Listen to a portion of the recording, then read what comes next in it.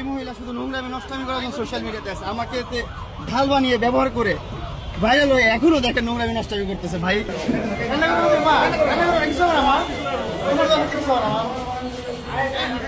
দেশের আইন শ্রদ্ধা রাখছি, আমি শ্রদ্ধা রাখি, আমি জানি দেশের আইন দেখছে। আপনাকে আস্তে আস্তে নিয়ে আসেন।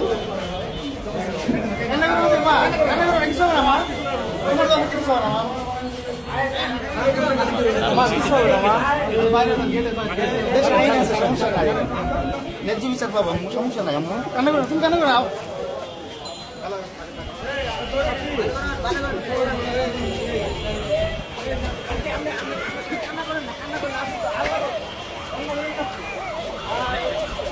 আমি দেশের আইনের প্রতি শ্রদ্ধা রাখছি, আমি শ্রদ্ধা রাখি, আমি জানি দেশের আইন দেখছে। আপনাকে এখন কোন মামলায় গ্রেফতার করা হলো?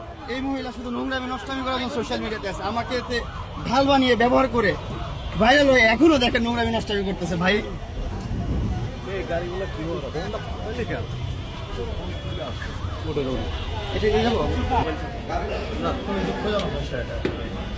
সোশ্যাল মিডিয়াতে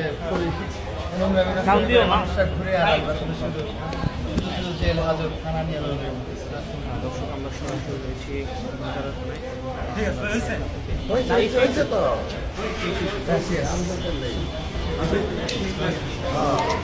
আপনাকে কেন গ্রেফতার করা হলো? কোন মামলায় আপনাকে গ্রেফতার করা হয়েছে? মামলা করেছে, যেটা হচ্ছে আমি নাকি হুমকি ধামকি দিয়েছি। আমি কখনো তাকে ফোনও দিই না, কখনো একটা সিঙ্গেল টেক্সট করি না, কিন্তু আমি নাকি হুমকি ধামকি দিয়েছি। আপনাকে মোট কতটি মামলা দিল? অনেকগুলো